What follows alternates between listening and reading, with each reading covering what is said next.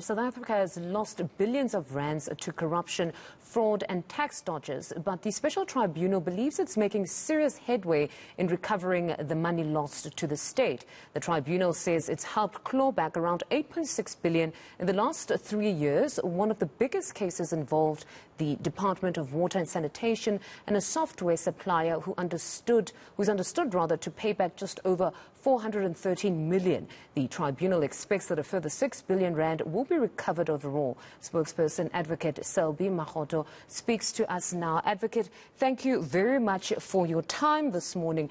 Perhaps first to start, I know with many people when they think of the tribunal, the first thing that comes to mind is perhaps the Beit Bridge matter and particularly the money there that will be brought back to the state. But perhaps to contextualize for us, talk to us when we speak about the tribunal. Talk to me about its status and perhaps just distinguish it from the ordinary motions court that everybody would be familiar with. Thank you very much. Good morning, Fundo, and thanks indeed for inviting us to this program. The Special Tribunal actually has been established in terms of an Act of Parliament, that is Act 74 of 1996. That is precisely the Act which calls upon the tribunal, the President actually, to establish a special tribunal to adjudicate upon several recovery proceedings emanating out of the investigations by the Special Investigating Unit. So this is primarily the SIU and the Special Tribunals Act 74 of 1996, which provides a fundamental, foundational provision upon which the Special Tribunal operates.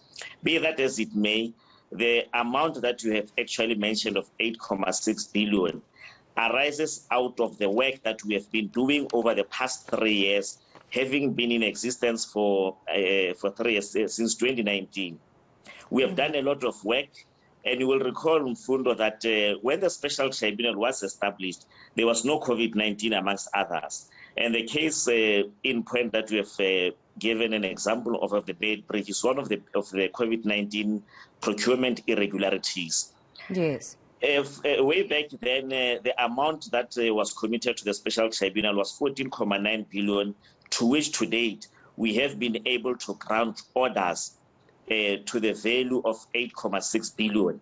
There is still an outstanding amount of 6 billion that at the moment we are adjudicating upon. We have got quite a number of files, quite a number of cases that we are currently adjudicating upon, and the cumulative value thereof stands at around 6.6 something billion rands.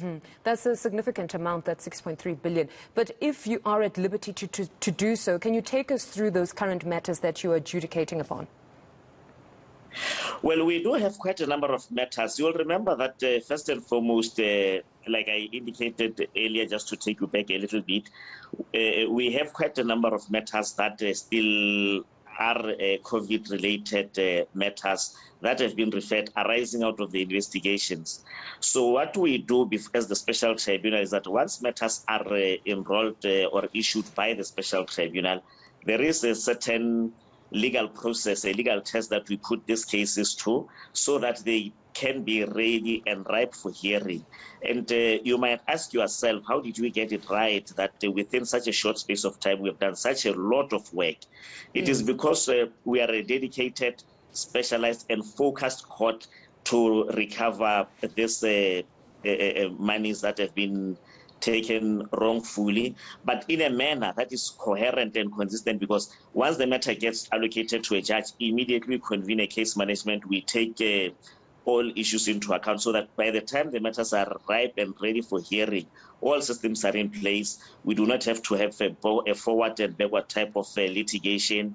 And once we get to the matter, then immediately it gets resolved and disposed of. I think, advocates, some take for granted the importance of turnaround time insofar as recoveries are concerned, because, I mean, if it had to go through the normal court processes, you'd find that by the time you want to recover funds, those people have spent the funds already. Absolutely.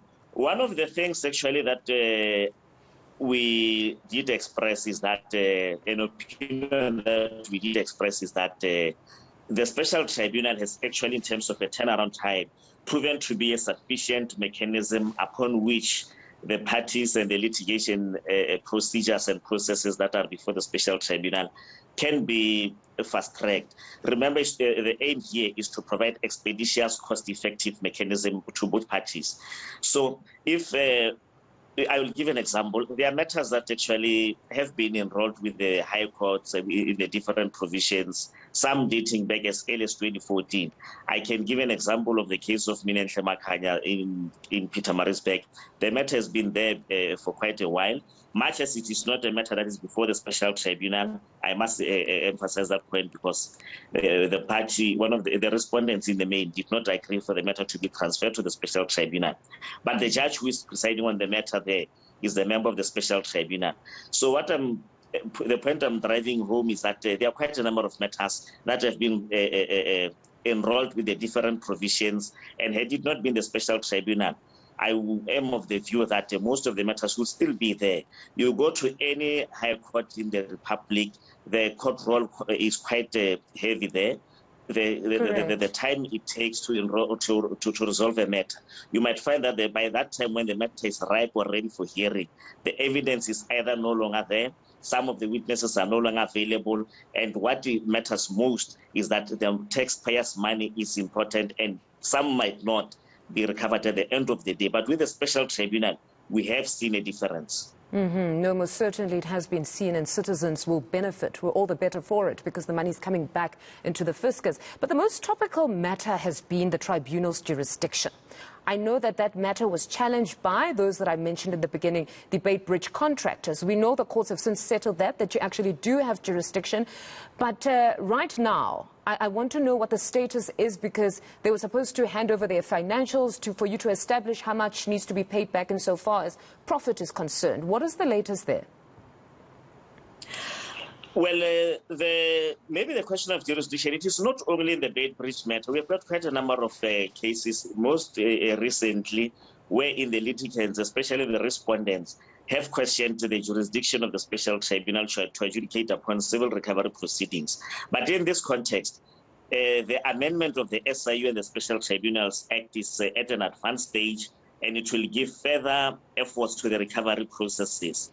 But coming back to the issue at hand, in the Bait Bridge, for instance, and even in the SAP, the matter that is between the SIU and that service provider, the software service provider contracted by the Department of Water and Sanitation, the issue here is that we are still within a period wherein there is still exchange of affidavits, because the ruling in the two instances was that the parties need to exchange affidavits in order for the applicants, being the special investigating unit, to ascertain and verify that the information so provided pertaining to the financial expenses is sufficiently explained and beneficial, and there was value for money.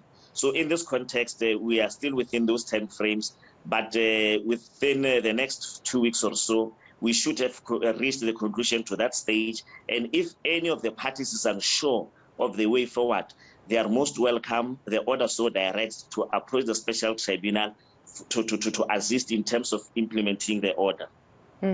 Advocate, thank you very much for your time. That's Selby Makgotho, the Special Tribunal spokesperson. Continue with the good work of retrieving money stolen from the fiscus. To this